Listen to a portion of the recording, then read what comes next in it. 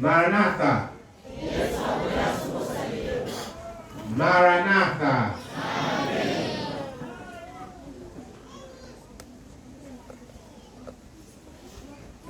Jabiye Mulungu wakumwamba chifukwa chotipatsa mwayi wina wotino tikathe kukumananso. Ambuye alemekezeke chifukwa cha tsiku labwino lina la Sabata, komanso watipatsa mphatso ya moyo. Tidakali ndi moyo mpaka tsiku la lero. Tikudakonabe dzuwa la tsiku ndi tsiku ndi madalitso ena ochuluka. Ambuye alemekezeke. Anthu ambiri mwayi umenewo tikhozonera kuti sanauone, sanathe kufika tsiku la lero. Abale alongo, mumve mumtimamo kuti Mulungu anakonza kuti tsiku la lerolo mudzapezeke kukachisi kuno ku Chilobwe SDA Church. Ndipo muchimve kuti si pachizungu timati coincidence, si chongochitika kuti muli malo ano kudzamva mawu a Mulungu. Abale alongo, Mulungu akuyitana komaliza. Akuyitana kota komaliza. Kumene tikulowerapo ndi kugwiritsa ntchito mawu ena ake amati last chance saloon. Last chance saloon. Saloon yomwe inena mapanga zinayi tsitsi. Koma ndika expression kamchizungu kotanthauza kuti maminutes amene wawa tafikawa ndi maminutes otani womaliza, ndi last chance saloon. So pamene tafika apa, tafika pa last chance saloon. Tikangoseweretsa mwayi uwu kunthawi imene talowayi, sindikukhulupirira kuti mwayi winanso udzapezeka. Ena akumva chonchi chimene ndilankhulira angoona kuti ndi chizolowezi, alalika akabwera amatiuza kuti nthawi yatani yatha, tikonzeke. Kungokhala tizozolowera. Koma ndofuna ndikutsimikizire kuti tikapanda kusamala tizazindikira too late kuti chitseko chatsekedwa. Ambuye atichitire chifundo. Ambuye atithandize. Mulungu ndi wabwino nthawi zonse. Mulungu ndi wachikondi ndipo amatikonda kwambiri, ndi chifukwa samatibisira mawu ena aliwonse. Amafuna kuti tidziwe chilungamo chonse, titseguke m'maso, aliyense apange chisankho payekha.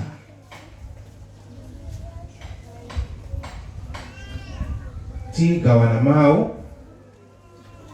chilanga ndiyophweka kwambiri. Ndikandiyophweka ndinathoza chani? Ena akudabwa, yophweka mwayiphweketsa ntchito iya sindinayiphweketse, koma ndinathoza ntchito yanga ndiyongokuwerengerani. Yongotani? Kuwerenga. Ine ndilibe chonena. Ine ndilibe chonena. Ine ntchito yanga ndi messenger. Kuwerenga chimene munthu wina adalemba kale.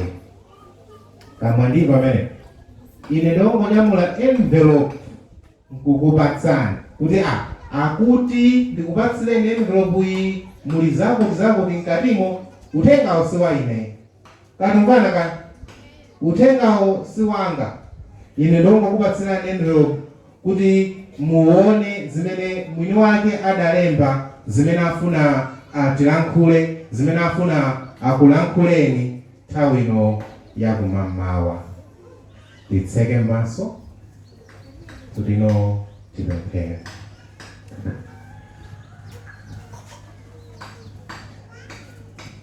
Atate wakumwamba, tikuyamika kwambiri kachikena sititopa kubwera maso pano kuzapemphera kuzakupemphani chifukwa choti ino ndife anthu operewera kwa basi ndipo tilibe nzeru, tilibe kanthu kabwino mwa ife tokha, tilibe mphamvu, nzeru zatokha tilibe, chifukwa timabwera pafupi. Ndipo tabweranso mufuna tizikhutire moyo wathu kwa inu pamene tifuna titsegule malemba anu. Mutikhululukire machimo athu, mutiyeretse, koma chachikulu mutipatse mzimu wanu woyera kuti ukhale pakati pathu. Mukhuthule mzimu woyera ochuluka kwambiri pamalo ano, pa wina aliyense womvetsera. Mawu anga mwadzaze mwadzoze ndi mafuta, simene ndikalankhule sakhale zanga koma zikhale za inuyo. Tilankhuleni kuti pochoka pamalo pano wina wake mmodzi kapena awiri apulumuke ndi moyo wawo chifukwa cha nthawi imene tikukhala. Mutizungulire ndi tchinga lanu, mugwire kumwamba, pasakhale chosokoneza chilichonse, mugwire mphepo zonse zinayi, mumthamangitse Satana pamalo ano. Tikukhutira moyo wathu m'manja mwanu, mu dzina lopambana la Yesu Khristu. Amen.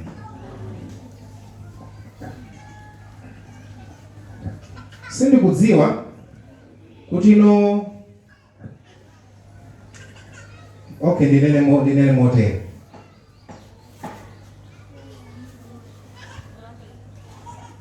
Pali mitu iwiri, sindikudziwa ngati nthawi yanga iti kwanire kuti ino tikambirane zimene mutamve mu maheading awiri amene wawa. Koma mituyo ndi iwiri. Mutu woyamba, anthu amene amakonda kulemba, mutu woyamba, Msautso wakusowa kwa mafuta wayandika. Hello? Konga ntaliwa? Msautso wakusowa kwata mutu woyamba. Mutu wachiwiri, kodi timati movie oyang'anira. Umalowa m'maso. Mutu wachiwiri, movie oyang'anira, umalowa chani m'maso. Ndipo Ambuye atitsogolere kuti tikamachoka pano timvetsetse chimene chichi. Kuti no a Seventh Day Adventist tikuyang'anira movie. Katumvana ka? Ndipo movie oyang'anira umatani? Umalowa m'maso. Mutu yamba tinachatu wachi? Wayandikira. Wachiwiri, movie oyang'anira umalowa chani? Tikuona nditu zimene zikuchitika. Tikuona kuti no apa sipali bwino.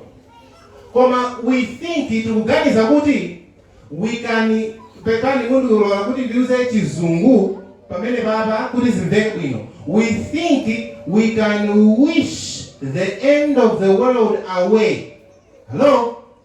Tikuganiza kuti tikoza pangitsa kuti kutha kwa dziko kutani kuchoke kupangidwe postpone. Izozo ndizosatheka. Dzikoli likutha. Koma mbiri chifukwa chino zina tangoyamba kumene. Moyo wathu wangobepa kumene. Skulu nangofika nayo kumene pena pake. Chino nangoipeza kumene. Kapena mwene nyumba nangomanga kumene. Kadenti nangoyamba kumene kulandira. Kapena nangolowa kumene mbanja. Nangopeza kumene ntchito yabwino. Ndiye tinaisa kuti kumambuye ndineyo basi zingochera pa ineyo. Anzanga osata njoya. Then we think we can wish the end of the world away. Kuti no tikoza kwenzori dzikoli libangire postpone kapena mulungu anyang'anira akomano akumamuna tisalitese panopa. Zimenezo sizichitika abayenda longo. Dziko lili kutsanzika. Ambiri tikuona ndi maso athu koma tikungoyang'anira. Msautso wafika uli nkhonde koma tikungoyang'anira. Tangotambalala. Jetu kuti move oyang'anira umalowa chani? Umalowa maso. Zimene tupanga papasi tikuyang'anira move. Ndipo utilowa maso. Ndikubwera dzulo tanyamuka pita town kuti ndikubwera Blanta kuno. Kuona kuti kumakanika kuyenda town bwinobwino kupeza kuti nkhani yake akuti ndi Mafuta ndekuti apezeka pa filling station yake ndiyeno pakumakhala chipwirikiti mu devices. Ndekuti magalimoto malamulo amangophwanya amangoyima mu msewu momwe mwenda nzawomo kungopanga pake mulimo mmene momo enanu penjermani musopa enanu mudziwakonani kodutsa koma ife bwana tipeze chani Mafuta. Ndiye kunali kuchedwa kusowa kuti kodi kona atulidusira kutiko pa filling station ina Mafuta atafika chipwirikiti. Zonsezi tikuona koma tikungoyesa ngati kuti no zikungotani zikungochitika.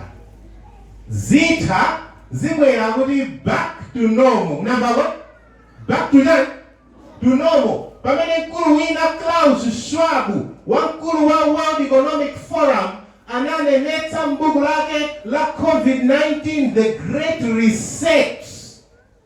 Anankula mosapshatira mawu kuti things will not go back to normal. Koma mbiri mukayesa ngati anthu awango kamba zoti tayiwala kuti Bible inanena kuchivumbutso kuti mulungu awayika mu mtima anthu amene wawo kuti achikhazikitse chimene afuna achikhazikitsecho. Chindondomeko chatsopanocho achikhazikitsa chi-new order-cho. Tikuyesa ngati kuti akamalankhula Klaus Schwab yoncho ayangonena zinthu zibwera back to normal. Mafuta ambaso tchera bwinobwino everything will just be back to normal. Kapena crisis ipita everything will be back to normal mmene nali dziko before 2020. Koma m'buku limene lili la COVID-19 Great Reset akunena mosapshatira akuti the world imene inaliko dziko imene inaliko before 2020 linapita silizabweranso. Ndalilu zimene nansi ndikungopanga quote pali lero nacho ndi nzeru zanga akuti dziko la before 2020 linapita. Mukaonera clip ina aku Australia akunena mosapshatira mawu kuti this is the first day akanayo tumprendere akuti this is the first day of the new world order. Kuti ndondomeko yatsopano ija yatani yayamba kale koma 7th day takadikirabe kati kudikira chani kaya chonsecho Msautso ukutizungulira. Zitakhala tikulalikira pa chivumbutso 13 kuti munthu sazakhoza kugula kapena kugulitsa. Zikuzungulira zikuchitika zikuyamba maderena ndema za bepa komwe. Koma tikungoyang'anira. Mungu goyang'anira umalowa chani inu? Umalowa maso. Ambuye atichitire chifundo, Ambuye atithandize. Tikuyesa kuti zinthu zibwera back to normal.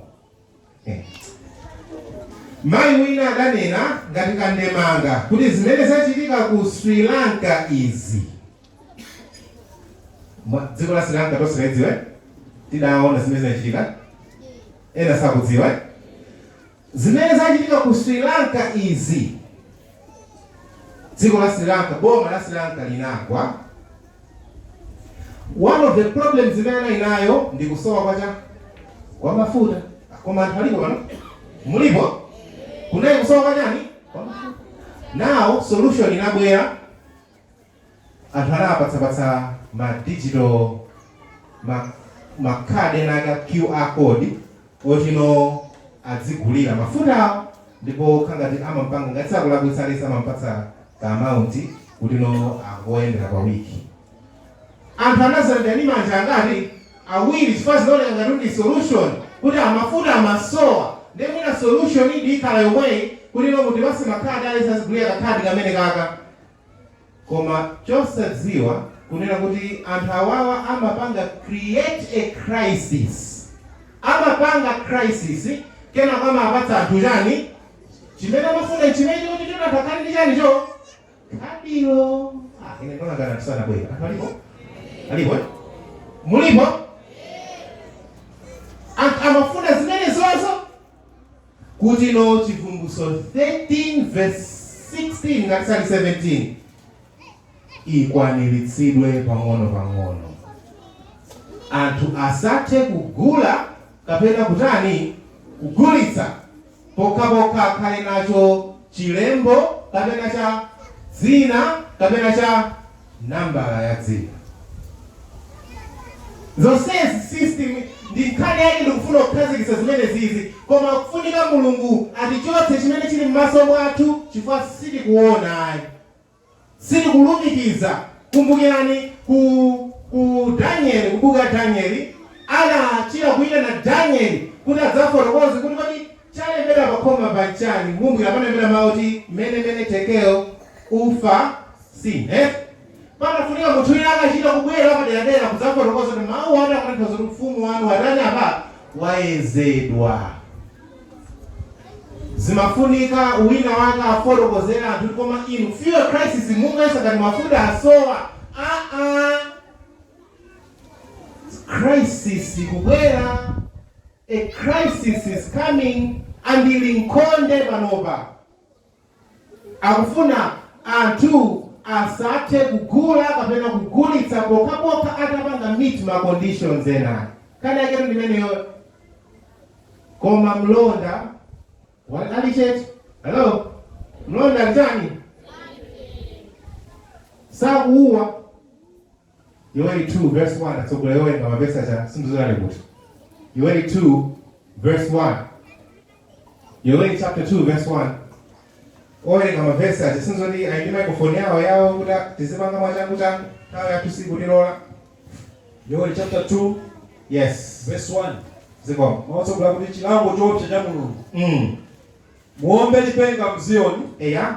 Nimufuulitse phiri langa lopatulika. Akuti mufuulitse phiri langa lopatulika. Chifukwa chani? Onse okhala m'dziko anjenjemere. Akuti anthu kufuula kukachitika munthu wokumvayo anjenjemere. Pakuti tsiku la Yehova lili mkudza. Pakuti liyandikira. Tsiku la Yehova lili mkudza ndipo lili pafupi liyandikira. Mafuna muonere kuti Mulungu akulangiza azilonda kuti muombe lipenga mziyoni. Inde kuomba lipenga umene kukupangitsa kuti ena anjenjemere. Katumvana ka? Sikuopseza ayi koma ndithu Mulungu akafuula akuti when the Lord rose out of Zion akafuula munthu sungangokhala chimodzimodzi ngati uli munthu wanomo. Mose pokakumana ndi Mulungu akuti mabondo amatanawa amagundana. Koma zonsezi ndi kuchitira bwino ife tomwe kuti no tidzuke kutulo kuti anthu azindikire kuti tili pa mtambasale takhala popsa kwambiri ndipo Msautso umene takhala tikulosera 7th day m'makrusade nthawi yayitali Msautso umene ujawo watsala pang'ono. Daniel 12 verse 1 atsogoleri owerenga machangu changu. Daniel 12 verse 1.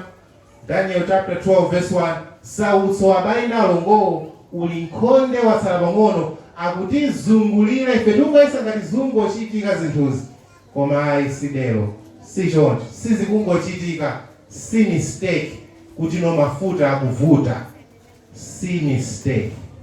Chilipo chimene Mulungu wakhazika mu mtima mwawo kuti achikhazikitsa anthu amenewo.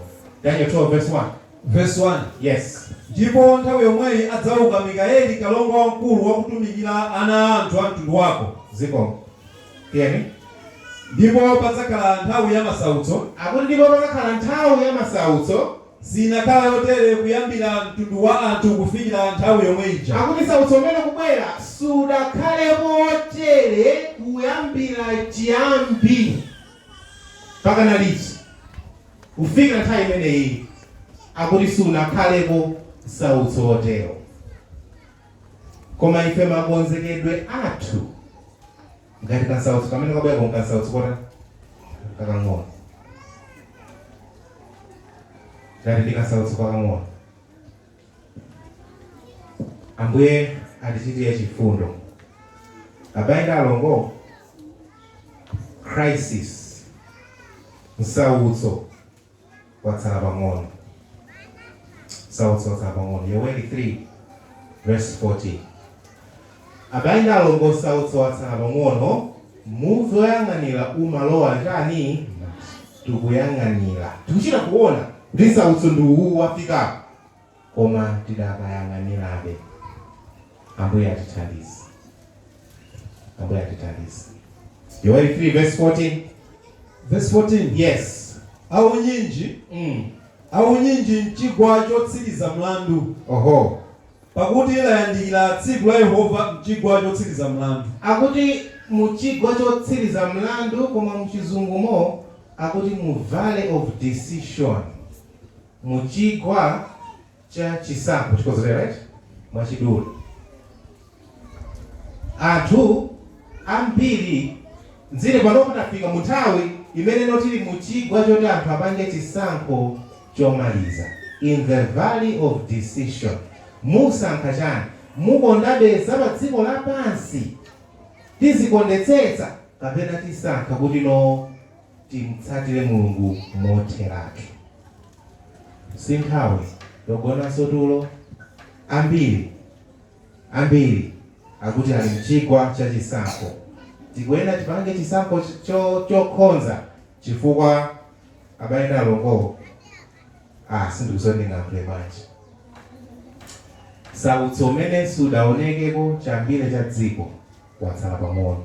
Mateyu 24. Pacha mutu inocha tinati chanu wambiri yochi. Msautso wakusowa kwa mafuta wadani wayandikira. Mateyu chapter 25. Mateyu 25 Ambuye atichitire chifundo. Zimene tiphunzire maminitsi amene atsalawa. Tipeza Mulungu ationetsa kuti no chabwino zayandikiradi, tikuona zimene zochitikazi. Sunday law, malamulo okakamiza osunga Sunday ndawatsala pang'onowa. Kodi nde solution yake ndi chani? Kodi tikuyenera kukhala Mulungu atiululira lero kuti vuto la ma Seventh Day Adventist ndi chani? Chimene chizatipangitse kuti tifike mu Msautso wa Sunday tisali wokonzeka ndi chani?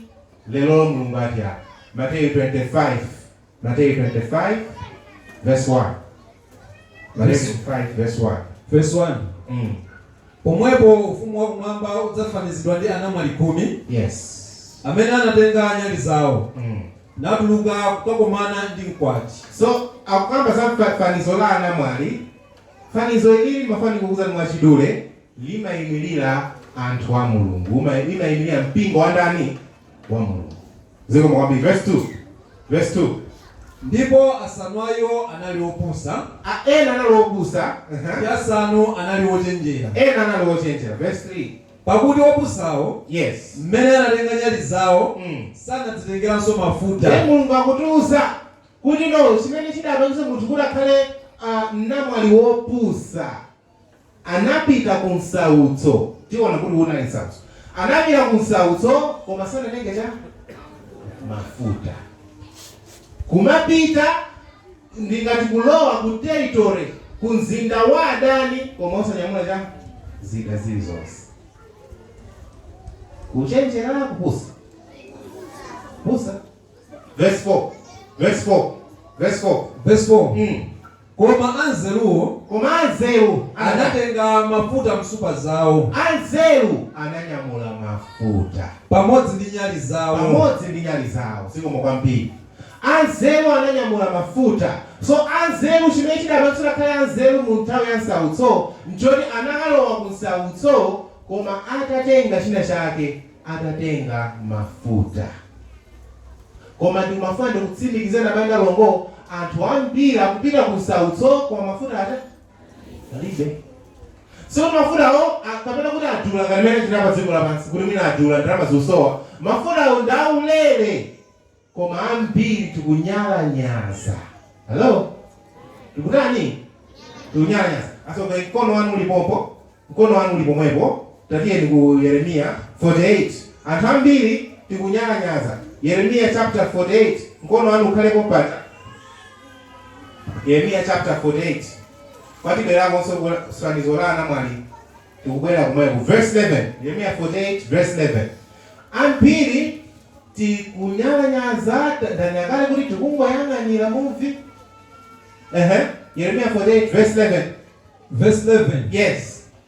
Moabu wakhala mtendere kuyambira ubwana wake. Verse ni pachimba kono nena. Ndaichula koso nena bwera kuno taichi. Sana inene mene ndimafuna nena. Akuti Moabu wakhala mtendere. Mtendere. Muchizungu akuti bwa. Amene mwe Bible chizungu. Kali amene kwa chizungu. Akuti bwa muchizungu. Verse 11. Moab has been at ease.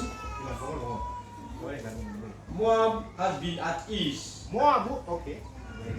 Moab has been at ease. Now easy. Easy. Don't survive kuta. Kama sulianishia. Ndamba sare. Advance kwa mkatizi. Akuti easy dijani. Ndamba sare. Neno atokule. Owe nga mavesi. Pamene bo mwinga maoti jani. Ndamba sare. Kawe nga niso. Tambasale. Moabu wakala mutambasale kuyambira ubwana wake. Moabu wakala mujani mutambasale kuyambira ali wajani. Ine vuto latu la Seventh Day Adventist. Tilibaja pantambasale. I think zote wa chilungamo mwachangu kumadziwa sabata lona, kumadziwa utenga wange watatu, kumadziwa ichilombo ndichi, Msautso bwera huu zatipa ngisakuti tizoona ngati zonse timazidani timazidziwa ndiye ifeyo ndi timazitsata ndiye takhala pa ntambasale iwunde iyi nde vuto lathu tapaiza mvese tione kuti kuti mwanjiko wakhala pa nsenga osatetekulidwa sana nte kundende chifukwa chake makololedwe ake alimobe mwa iye. Akuti fungo lake lidakali mwa iyeyo mwanja ina saa kusinthika ali pa ntambasale. Abali nawo ngovuto lathu tili pa ntambasale. Vuto lathu. Koma anthu alipo adakalipo tili pa ntambasale. Tibwerere ku Mateyu 25. Limene nena livuto la anamwali asanu wopusa kupita ku Msautso osatenga mafuta. Kusatenga mafuta aku nchifukwa choti tili pa ntambasale. Mafuta ndi chani bale nalo. Ndimafuna ndikuuzeni tsiku la lero. Mafuta amayimirira mzimu woyera. Komanso mukafufuza mwakuya bwino lomwe mzimu woyera sumangobwera chisawawali. Umabwera pamene munthu ukusakasaka mzimu woyera kuti ukhazikike moyo mwako zikhala zili ndi mzimu ya tsiku ndi tsiku. Khalidwe limalumikizana kwambiri ndi kupezeka kwa mzimu wotani kwa mzimu woyera. Abale alongo ndimafuna ndikutsimikizireni. Kupanda mafuta kumene kuku ndi kusazikonzetsera khalidwe lathu, kukonzetsera khalidwe yotino idzatha kuima khalidwe limenelo lidzatha kuima mu nthawi ya Msautso wa Sande. Katumvana kaya kumene konde kupita ku Msautso opanda chani mafuta. opanda mzimu otani, opanda khalidwe loziyeneleza kuti no tikayime mu nthawi imeneyo. Ndiye mutu uja timanena kuti kusowa kwa mafuta mutu wanga opereka ndekha ndiumayiwala. Msautso wakusowa kwa mafuta otani wayandikira. Tiye timalizitse musimu nthawi yathu siku lilola. Tete tione kuti kodi msautso umene wosowa kwa mafuta wandika chifukwa chiyani. Verse 5. Verse 5. Yes. Ndipo pamene mkwati anachedwa, onsewo anaodzera nagona tulo. Zikomo tiyeni. Verse 6. Koma pakati pa usiku panali kufuula. Onani mkwati, tulukani kwakomana naye. Kunamveka kumfuulo, anamwali onse aja ankhala anagona anaodzera, koma mfuulo uwokha unadzutsa. Verse 7. Pomwepo anauka anamwali onse amenewo. Onse anauka. Nakonza nyali zawo. Verse 8. Ndipo opusa anati kwa ochenjera, tipatseniko ena amafuta anu, chifukwa nyali zathu zili kuzima. Verse 9. Koma ochenjera anayankha nati, kapena sangakwanire ife ndi inu. Akuti sangatikwane tonse awiri. Koma makamaka mukani kwa ogulitsa malonda. Khani omuyimve bwino lomwe please chonde tisagone. Mungu akuti mupite ogulitsa chani? Malonda. Malonda amene wandija? Mafuta. Ndiye akuti pita kwa ogulitsa malonda, kenako mukadzigulire inu nokha. Mukadzigulire inu nokha. Mafuta aja. Komatu akagule mafuta nthawi yoti mfuulo wamveka kale. Kuti kwatibwa kutani? Akubwera. Okay? Kenako verse 10. Ndipo pamene iwo anali kumuka kukagula, muone zimene zichitika. Mkwati anafika. Alikokagula, amakagula nthawi yoti mfuulo wamveka kale. Alikokagula uja mkwati anafika. Kenako ndipo okonzekawo analowa naye pamodzi mu mkwati. Iman. Okonzekawo nditana amene ochenjera amene ananyamula. Ndiye kuti kutenga mafuta mkuta. Kuchenjera ndi mwakonza. Koma ndifuna yankho ina. Ndiye kuti kutenga mafuta mkuta. Kukonzeka. Hello? Amen. Ndiye amene anakonzeka natenga mafuta, amene anatenga mafuta, amene analokonzeka. Maliza ni verse. Analowa naye pamodzi mu mkwati. Chinachitika chani. Ndipo anatseka pa khomo. Ndipo chitseko chinatani? Chinatseka. Amene ali mkati ndota ochenjera amene atenga cha. Amene so Bible yakuti analota mukonzeka. Amene ali cha mkati. Ali mkati ndida. Kwati ndida. Ali mkati fuso kukalasi. Amene ali kunja ndida. Opusa alikunja beti. Analowa nawo kanaba. Alikunja. Awanga cha. Munthawi yoti chachitika cha mfuwa nani? Ndona nthawi yoruka ko. Mulipo? Abirabanga na mafuta, munthawi mfulo watani kale. Ndifaka apezeka likutiko. Panja. Sali mkati. Pamene awa ochenjera amapita kanga na mafuta tabene. Mafuta nayi nawo chani? Anangoti za mfulo amveka anangothayo kumwe akulowa mkati. Chitseko chikutani? Chitseko. Ambuye achilire chifundo. Abanda loko zikuchitika mu fanizo ilili ndi zimene anthu ambiri tikutani tikuchita. Tikudikirira mfulo utani mveke. Tikudikirira National Sunday Law. Kuti tikambe pana lecha mafuta. Mafande kuwa pleni kizungu. Kuwa pleni chani? It will be too late. Hello? It will be too young. Na kachizokimeje ni wali na mponya. Chomveka binore. It will be too late. Kumaka ngana mafuta fulo na nani? Udave. Anzana na lo akali gani? Mafuta tawangani litilo lelo. Msautso wakusowa kwa mafuta umene huu watsala gani? Ndi mafani kutsimikizire watsala pang'ono. Ndipo inuyo ndinati zangovuta.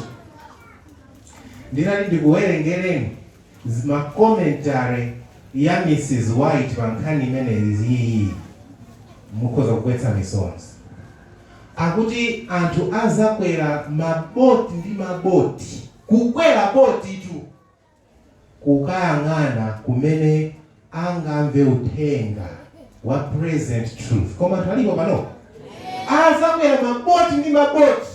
Muganize munthu kupita pa nyanja ukakwera Ilala. Chongo funa kukamva kuti no. Kodi kucha namba zona tena kama kala kumpoto. Ile akangondipatsa ku Bible study koma kuti saza uthenga umene saza utani. Saza upeza. It will be too late. Uthenga mwenu nyanyaza lero. Tika di Bible study kuchali chosa kwera. Maulaliki akugawidwa mafoni pa YouTube osamvera kumango nyanyaza osafuna kumva kuti tunakitiza ufuna utenga umeneo tizafuna kupeza mafuta koma it will be too late. In fact mugawenga mu early writings zimoneka kuti mwina soka interaction kaza kalapo kukomana nawo anthu kuti abale ndipange bwanji milire yamba kugwa pali chimene chango chindikango panga akuti oyera olungama oyera tima zanguta ife kalibe chitsabalera. That's it. Too late. Move oyang'anira umalowa chani ino. Manso. Abale na mango mafati ganizile mofati moyo watu. Tiganizile mofata. Izizi tukuseveletsa panopazi. Siguli nage sizapezeka.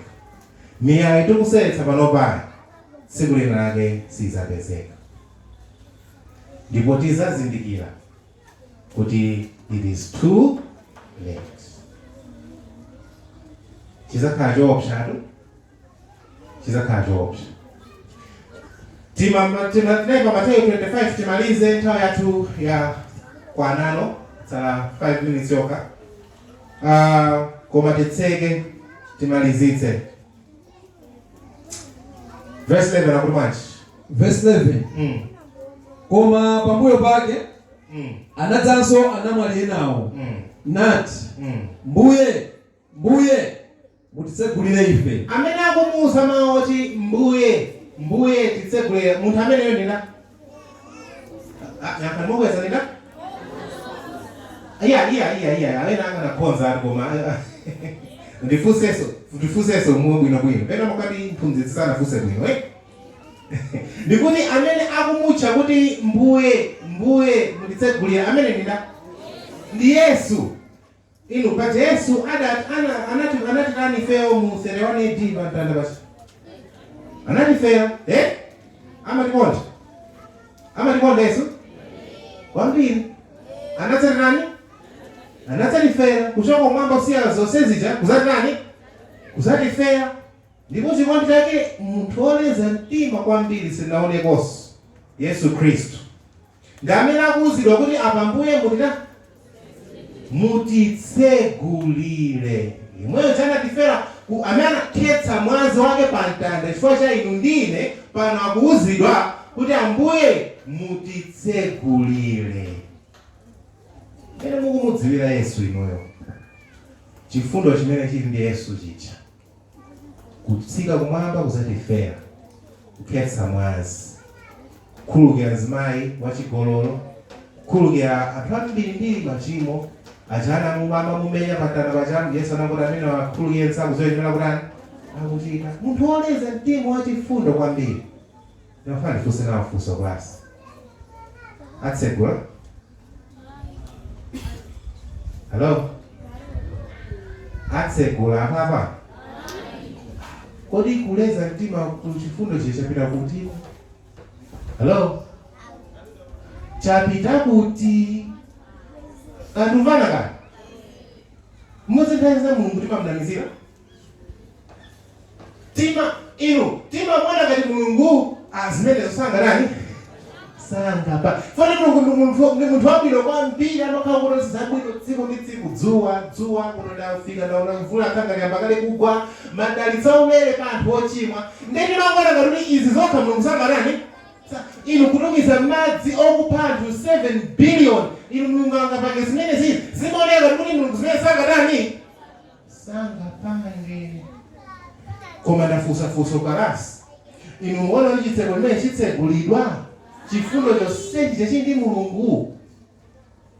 Abayi ndi alongo nofuna ndikuze kuti chifundo cha Mulungu chili ndi malire. Hello? Kuleza mtima kwa Mulungu kuli ndi nani?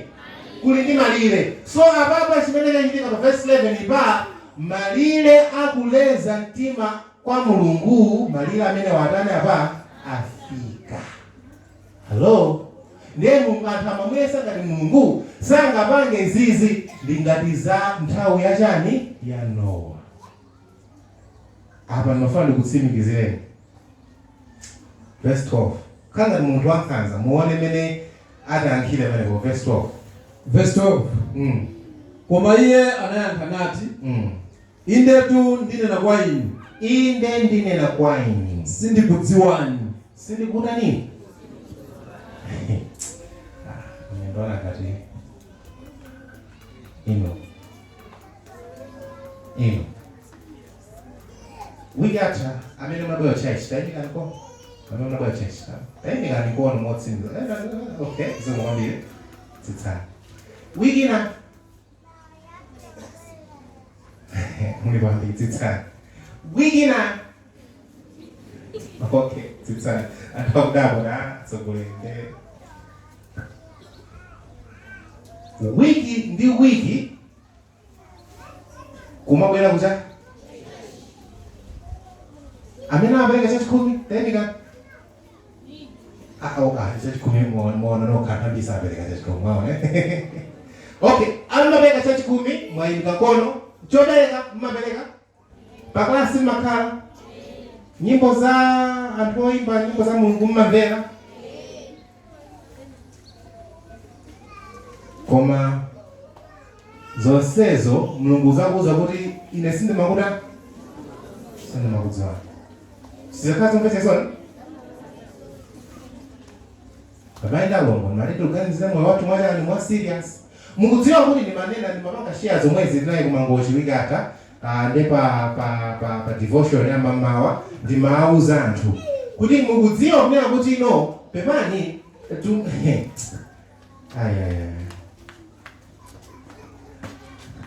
mukudziwa kuti anthu akumabwera wiki ndi wiki mmene mwachenera vala suti wiki ndi wiki koma mkati mwa wiki umo akuchita zonyasa. Tudziwa zonezo? Koma lasa baada kuzaimba cha nyimbo chachikumi sokudani inu kuchita zinthu za Mulungu sikupulumuka. Hello? Alipo anthu ochimwa kumamba kasozaniso za Mulungu. Anthu ana kuchimwa menda ndo zakawala kuchimwa koti kwa daladala koti munthu kuchira udziwa kuti izi zonani zolakwika. Ine ngati cheche udasindene zipanga zilizo zimene zine ngati mbusa sindene zipanga zilizo zimene zinkumazipanga mwa daladala. Wiki ndi wiki kumapanga. Yesu ndikomea azatrankulire. Anthu ngati amene wawa tikapitiza khaibwe limene labale timaicha hypocrisy kunamizire kumwoneka ngati munthu wanyani wabwino. Mulungu akuti Yesu akuti tsiku lake nzakuza kuti sindimakuda ninu sindimakudziwa. Chizakhala chinthu chomvetsa chisoni. Abale ndi alongo tiye tiuganizire moyo wathu mofatsa. Ambuye atithandize. Twakomeza verse 13 yekuti nkhani yathu timalize. Nthawi yathu ichakwana. Sindifuna kudusani nthawi yayitali kwambiri. Verse 13. Yes. Chifukwa chake dikirani. Pakuti simudziwa tsiku lake kapena nthawi yake. Ambuye atithandize. Chifukwa Mulungu akutichenjeza kuti abale tizikhala oyang'anira, tizikhala odikira, chifukwa tsiku lake silikulidziwa. Zinthu zimene zizi zikhoza kutipeza modzidzimutsa. Ifeyo ndife anthu amwayi kwambiri. Anthu a nthawi ya Nowa, olodontho la mvula silinagwe. Madziwa zimenezo? Silinagwe. Kuwachenjeza kuti mvula tikukamba iza ndiliyo ndimene. Koma ifeyo mufoti mungamanya kuti nthawi ya kuchima ukachuluka kwambiri chifundo chimakhala chani? Chambiri. Mulungu akugwetsa madontho osiyana-siyana a Msautso umene ukutani? Ukubwera. Kutionetsa madontho. Mu 2020 anatipasa madontho ena kukutanenso kuti tikati kugula kuletsa kugula ndi kugulitsa tikukamba nkhani yake anthu ntchito zimatha nthawi imeneja. Mulungu akutipesa madontho osiyana-siyana, madzi kumasanduka magazi, kuti gwetsa madontho osiyana-siyana njala. By the way, kodi bacha kuli mnalengeza kuti muli Bible study? Mnalengeza? Muvomera. Mukati mubwere ku Bible study tisakuonetseni kuti no njala yadzaoneni. Njala yachani? Yadzaoneni. Yatsala pachani? Pang'ono. Mulungu aligwetsa madontho onsewa zimene nthawi ya Nowa sizinachitike. Akutionetsa Msautso ukhala wotere kutionetsa atu picture chiseko chisanatseke kuti mwina wanzeru angatomanga chisankho choti alowe mkati alandire mafuta asanasowe. Mulungu akutichitira chifundo kwambiri kutigwetsera madontho amene wawo kuti mwina tingadzuke kutulo, koma ambiri tangotambalala. Tikungonyalanyazabe. Mafuta tikunyalanyaza kutenga, sitikukonzeka mwapaderadera. Ambuye atilankhule mwapadera nthawi yakumwamba. Hello? Anthu mulipo? Wakutsina khulu ndi ndani inu? Ndikamanena chonchi sikuti ndadana ndi munthu ayi, koma ndi chikondi cha Mulungu. Amati uzinkonda nzako umene uzikonda ndani? Iwe mwini. Kuti ndibwere pano ndizingokuwuzani mulandira promotion, mudalitsidwa, mupeza banja, mutani, tikuze koniko mbali yone yakuti Msautso umene sudakhalepo watsala pachani? Zikuchitika sizikungochitika. Mafuta tikuwanyalanyaza lero, kukonzekera kumene tisakukonzekera lero, osamapanga ma Bible study, zimene zizi tikunyalanyaza tsiku lina sizipezekanso. Chitseka mafuta sitithanso kugula. Kazi umveka kale. Azibambo mulipo? Azibambo lipo?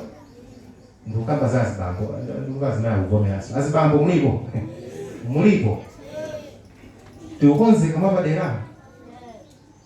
Ndati wakutsina kuti ndi ndani? Ndi Nansi, ndi chikondi chabe. Kodi tasiya zoyipa? Azimayi mulipo? Kodi titakamirabe tchimo?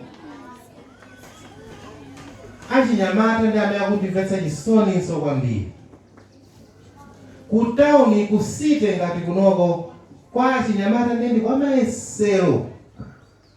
Kawe ngati akwana komano Mulungu angondiuza kuti alakhule data. Achinyamata inu kwa makolo alipo? Anyamata atinakachitira chifundo mudziwo. Kusite ndi kumalo kwa mayesero kwambiri. Mutati Mulungu alanda ku foni yawoyo. Ndanga zimuzi zikunake. Ndikwalanda mwina mkozo komokaso eno. Koma talipo bana. Mukoza kukomoka ndi zimene mungapeze mulimo? Mmenemo. Inu mumwesa ngati ngelo. Hello? Inu mumwesa ngati mwana ndi ndani? Ngelo. Akavala tai, kuzagwira kutsogolo kuno, inu akamwana kabwino. Koma zimene akuonera mfoni mwakero. Mamessage amene akulumikizana ndi mnzake azinzake pa WhatsApp. ine ndimakhala ndikuona ma status a chinyamata ine kumana koma kholo lake likuona zimene wake pa status munthu uyu akukwera nyimbo zamasiko zamayose mwaziwa zinyimbo zongotukwana munthu wa Seventh Day Adventist koma ntalipo pano tinalawa chita chifundo achinyamatawo malo environment imapanga contribute tumvane chifukwa dera akangotuluka pandoti pa ibaba shop ikuliza nyimbo zimene zozo kungodzuwa likangotuluka mpaka nkutoka nani ukalowa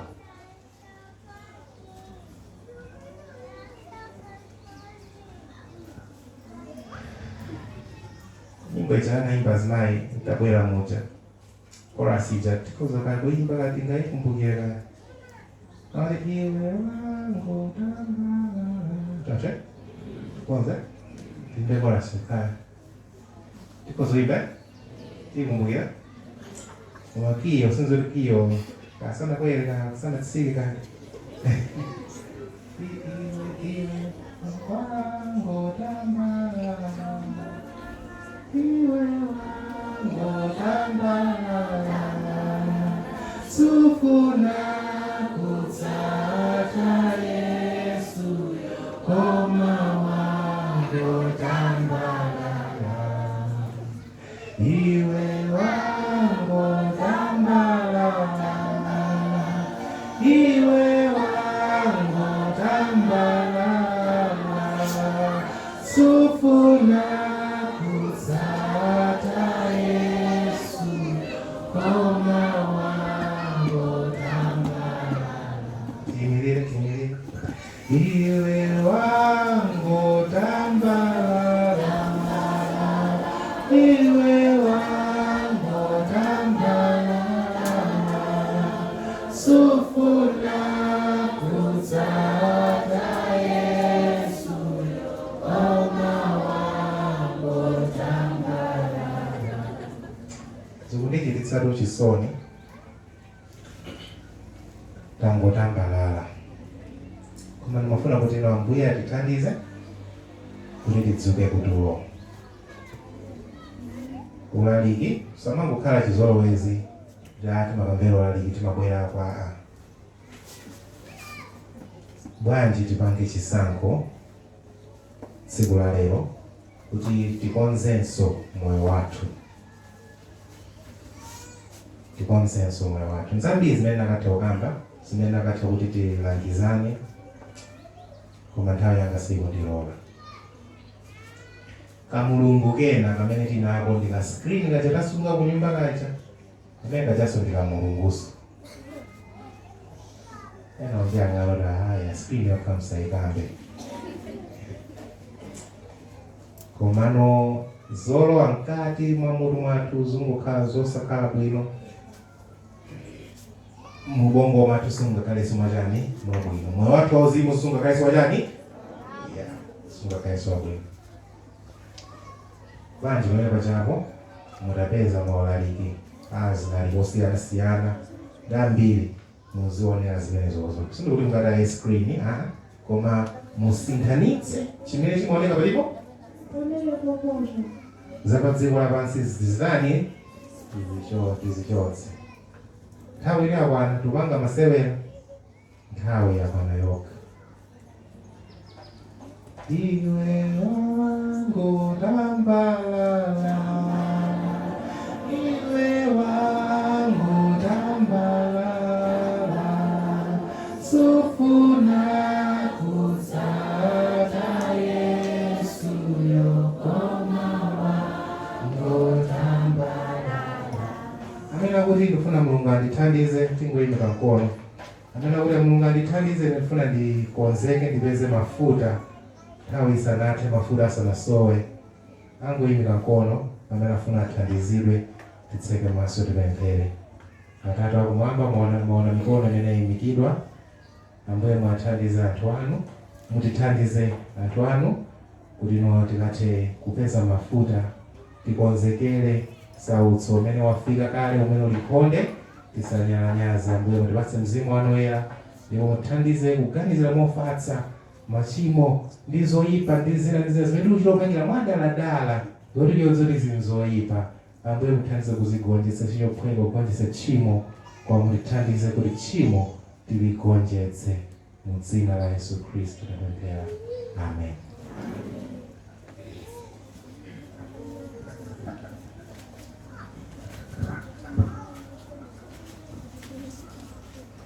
Chili chivile choncho chimba nyimbo moja 195 mulisi.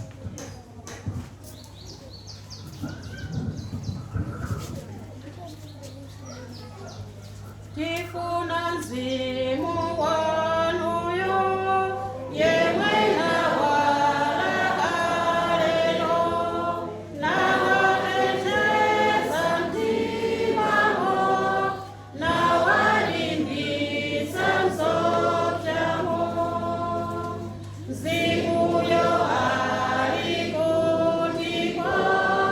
na zazayo Abrahamuyo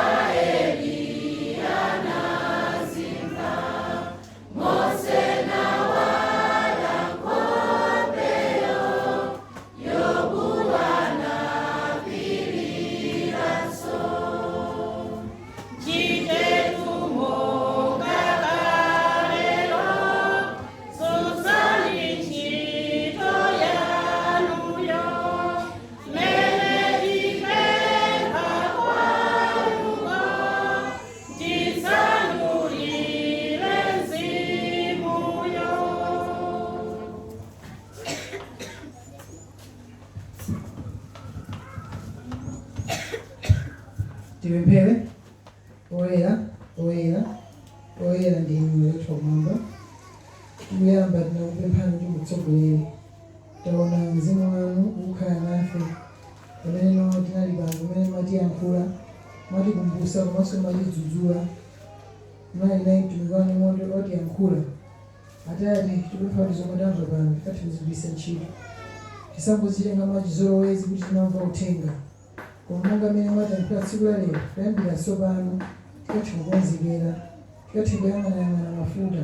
Kuti pamene Msautso wakusowa mafuta amene akuzafika, tizakhala kuti ndi mafuta owonjezera, mafuta otsunga, ndikuti chisonso chimenechi tizatha kugonjetsa. Ndipo pambuyo pake timamva zabwera tidzatitenge ife pamodzi kupita kumwamba. Tithandizeni pamene tikukhala zona pansi, zovuta nzambiri, zotifokesa nzambiri, zokusananjirikisa alula kuti ife tikatipisa ntchito uthenga umene.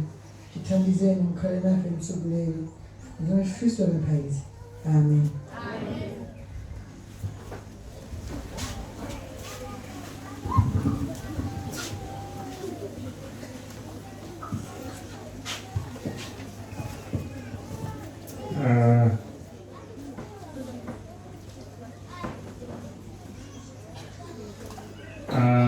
Quotation hili mtokera mu The Eternity Past nalemba Sister Wide page 199.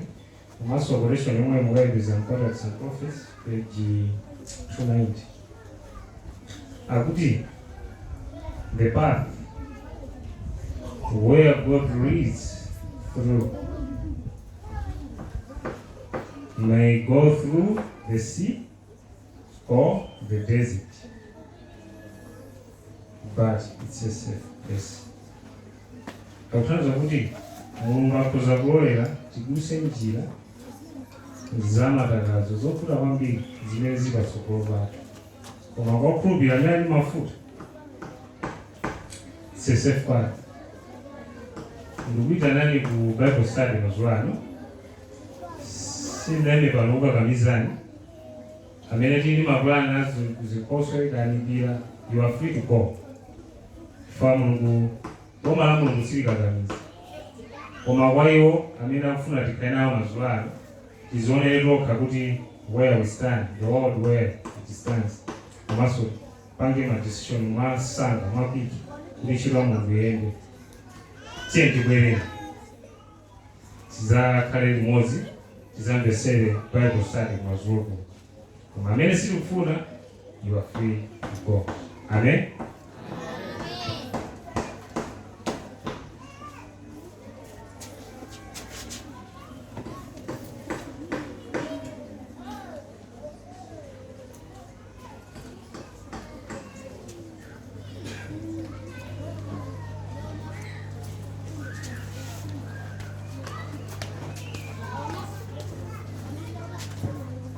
Tathokoza kwambiri mwesese mujire jangu kuti zambere nawo